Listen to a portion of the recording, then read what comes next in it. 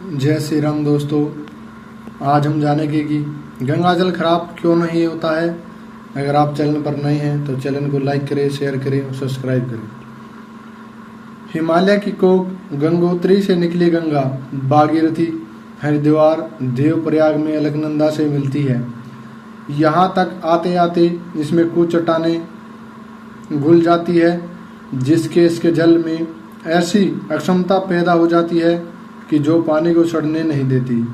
हर नदी के जल की अपनी जैविक संरचना होती है, जिसमें वह खास तरह के घुले हुए पदार्थ रहते हैं जो कुछ किस्म के जीवाणु को पनपने नहीं देते हैं। वैज्ञानिक शोध से पता चला है कि गंगा के पानी में ऐसे जीवाणु हैं जो सड़ाने वाले कीटाणुओं को पनपने नहीं देती, इसलिए पानी लंबे समय तक खराब नहीं होता। वैज्ञानिक कारण है।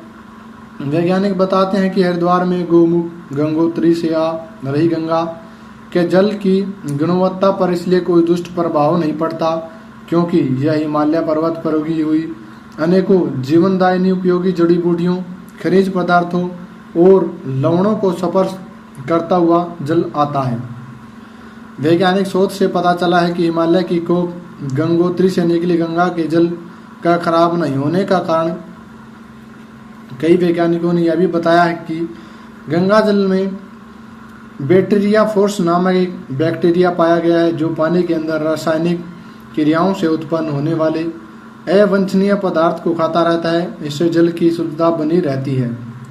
गंगा के पानी में गंधक सल्फर की प्रचुर मात्रा मौजूद रहती है, इसलिए भी यह खराब नहीं होता है। इसके अतिरिक्त कुछ भू रासायनिक क्रियाएं भी गंगा जल में होती रहती है, जिससे इसमें कभी कीड़े पैदा नहीं होते। इसी कारण यह है कि यह पानी सदा पीने योग्य माना गया है।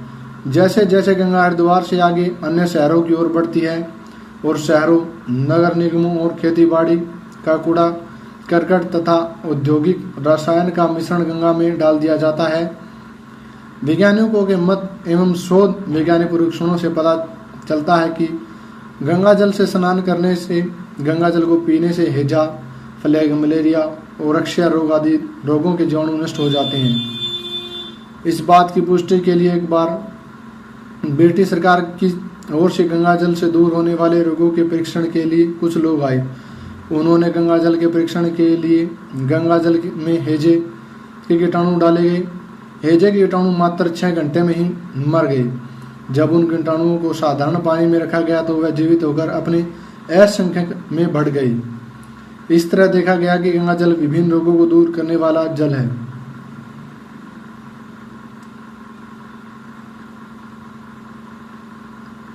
उन्नीस 1950 में स्नान के उपरांत ही ज्ञात हो पाया कि भारतीय गंगा को इतना पवित्र क्यों मानते हैं।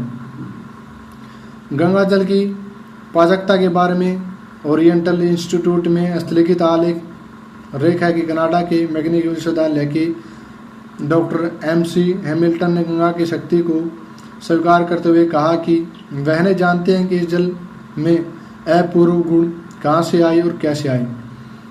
सही तो यह है कि चिमृतकृत हैमिल्टन वस्तु समझ ही नहीं पाए कि गंगा जल की औषधीय गुणवत्ता को किस तरह प्रकट किया जाए। आयुर्वेदाचार्य गणनाथ सेन, विदेश यात्री सभी ने गंगा का शोध करके यही निष्कर्ष दिया है कि यह नदी अपूर्व। गंगा जल में स्नान, गंगा नदी में तैरकर स्नान करने वालों को भी स्नान का विशेष लाभ होता है।